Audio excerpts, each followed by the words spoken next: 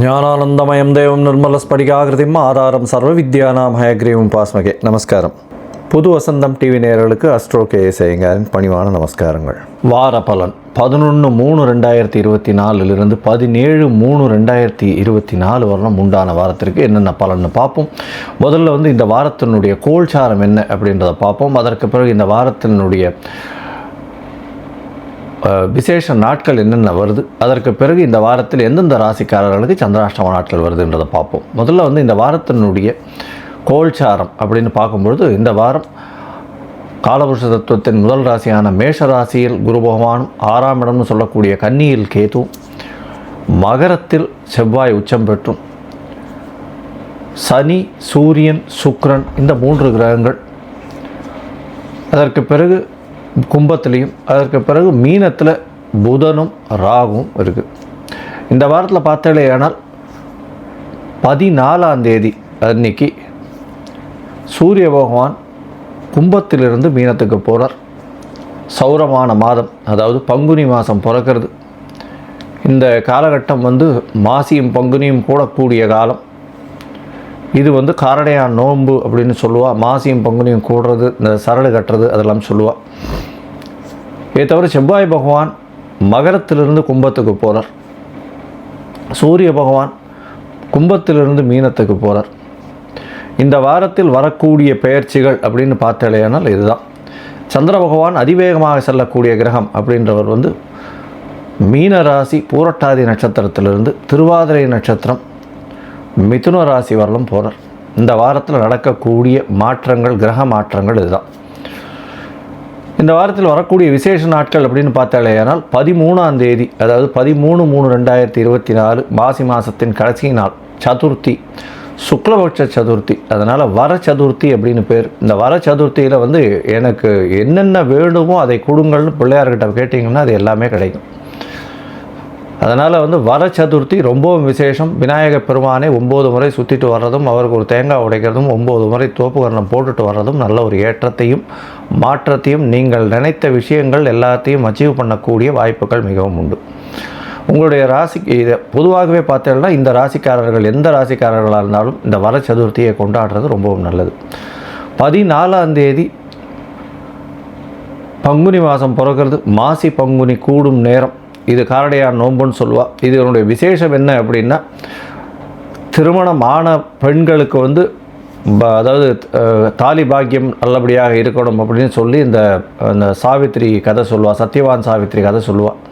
அவர் யமதர்மராஜனையே சாவித்திரி போய் பிடிச்சி அவருடைய இதுவை மீட்டு கொண்டு வந்ததாக சரித்திரம் சொல்கிறது. இந்த காரடையான் நோன்பு ரொம்பவும் விசேஷம்.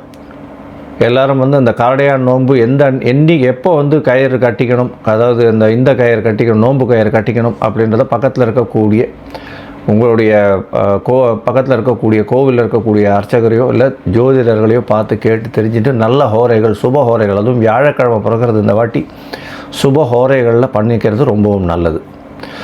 இந்த வாரத்தில் பார்த்தாலேனால் 15ஆம் தேதி சஷ்டி விரதம். சஷ்டியில் விரதம் இருந்தால் அகப்பையில் வரும் அப்படின்னு சொல்லுவாங்க. குழந்தை பிராப்தி இல்லாதவர்களுக்கு குழந்தை பிராப்திக்காக விரதம் இருக்கிறது அப்படின்றது ரொம்பவும் முக்கியம். சஷ்டியில் விரதம் இருக்கிறதன் மூலியமாக குழந்தை பிராப்தி ஏற்படக்கூடிய பாக்கியம் உண்டு. இதை தவிர சஷ்டியில் விரதம் இருக்கிறதன் மூலியமாக எதிரிகள் அற்ற நிலை இருக்கக்கூடிய காலகட்டமாக அமையும். இது ஒரு பெரிய ஏற்றத்தை கொடுக்கக்கூடிய நாள். முருகப்பெருமானுடைய அறுபடை வீடுகள்லையும் எல்லாமே ரொம்பவும் விசேஷமாக இருக்கும். எல்லா முருகன் கோவிலையும் ரொம்பவும் விசேஷம் இருக்கும். கந்த சஷ்டி கவசம் இன்றைக்கி படிக்கிறது ரொம்பவும் நல்லது. அதாவது சஷ்டி அன்னைக்கு ரொம்பவும் நல்லது. இந்த வாரத்தில் பார்த்தாலேயானால் எந்தெந்த ராசிக்காரர்களுக்கு சந்திராஷ்டமம் அப்படின்னு பார்க்கும்பொழுது, சிம்ம ராசிக்காரர்கள், கன்னி ராசிக்காரர்கள், துலா ராசிக்காரர்கள் மற்றும் விருச்சிக ராசிக்காரர்கள், இந்த 4 ராசிக்காரர்களுக்கு சந்திராஷ்டமம். சந்திராஷ்டமம்னா உங்களுடைய பிறந்த ராசியிலிருந்து சந்திர பகவான் 8ஆம் இடத்துல மறையக்கூடிய காலகட்டத்தை சந்திராஷ்டமம்னு சொல்கிறோம். சந்திர பகவான் மதிகாரகன் அப்படின்றதுனால மதி மயங்கி இருக்கக்கூடிய காலகட்டத்தில் புதிய முடிவுகள் வேண்டாம், பெரிய வெளிநாடு வெளியூர் பிரயாணம் வேண்டாம், யாருக்கும் ஜாமீன் கையெழுத்து போட தேவையில்லை, தேவையற்ற விஷயங்களில் தலையிடுவது தேவையில்லை. இது எல்லாத்தையும் வலியுறுத்தி சொல்கிறோம். ஒருவேளை நீங்கள் வெளிநாடு போகணும், புதிய முடிவை எடுக்க வேண்டிய கட்டாயத்தில் தள்ளப்படுறீங்க அப்படின்னும் பொழுது சந்திர பகவானுக்கு உண்டான எளிய பரிகாரம் அப்படின்னு சொல்லக்கூடிய தண்ணீர் பாட்டில், தண்ணீர் வாங்கி ஒரு 10 பேருக்கு தானம் பண்ணுங்க. அதுவும் வெய்ய காலம் வேறு வர ஆரம்பிச்சுடுது. அதனால் ஒரு 10 பேருக்கு உங்களால் முடிஞ்சது ஒரு வாட்டர் பாட்டிலில் இல்லை தண்ணீர் தானம் பண்ணுறதன் மூலியமாக சந்திர பகவானுக்கு உண்டான எளிய பரிகாரமாக சொல்லப்படுகிறது. அந்த தண்ணீர் பாட்டில் தானம் பண்ணுறது இந்த வழிப்போக்கர்கள் அந்த மாதிரி ஏதாவது கோவிலுக்கு போகிறவா ஏதாவது இது பண்ணுறவா அவளுக்கு கொடுக்கறது ரொம்பவும் நல்லது.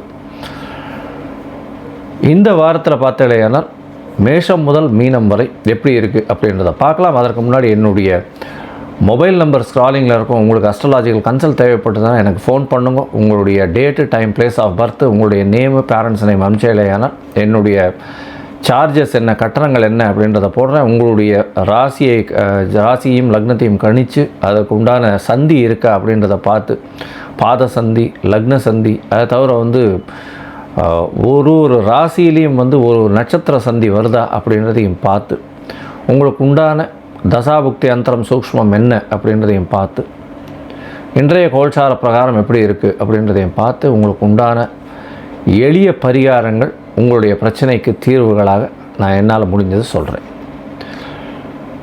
இப்போது மேஷம் முதல் மீனம் வரை 11/3/2024 முதல் 17/3/2024 வரை உண்டான நாட்களுக்கு எப்படி இருக்குன்னு பார்க்கலாம். மீனம், பூரட்டாதி, உத்திரட்டாதி, ரேவதி இந்த 3 நட்சத்திரம் 9 பாதங்களை கொண்ட ராசி. ராசியின் அதிபதி அப்படின்னு சொல்லக்கூடியவர் குரு பகவான். ராசிக்கு 2ஆம் இடத்துல இருக்கார். இந்த வாரத்தில் பார்த்தீங்கன்னா குரு பகவான் 2ஆம் இடத்துல, அதாவது தனகாரகன்னு சொல்லக்கூடியவர் தனஸ்தானத்தில் அமர்றது பெரிய விசேஷம். அதை தவிர தனஸ்தான அதிபதியும் 11ஆம் இடத்துல உச்சம் பெற்று இருக்கக்கூடிய காலகட்டம்.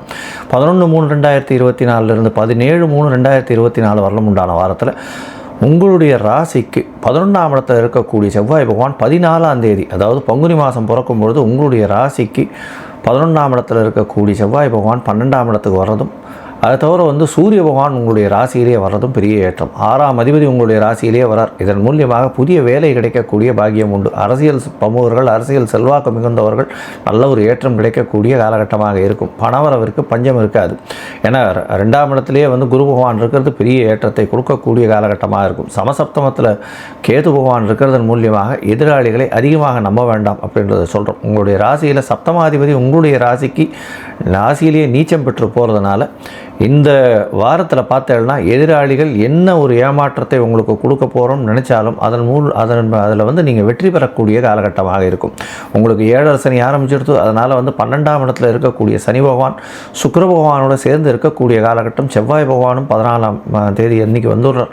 இதன் மூலியமாக 12ஆம் இடத்துல வலுப்பெற்று போய் இருக்கக்கூடிய காலகட்டம்ன்றதுனால வீட்டை விட்டு பிரிந்து செல்லக்கூடிய, வேலைக்காக வெளிநாடு, வெளியூர், வெளிமாநிலம் செல்லக்கூடிய பாக்கியம் நிச்சயமாக வரும். எதை எடுத்தாலும் வெற்றி கிடைக்கக்கூடிய காலகட்டமாக இந்த வாரம் அமைய போகிறது. ஏன்னா 6ஆம் அதிபதியே உங்களுடைய ராசியில் உட்கார்ந்துருக்கார்.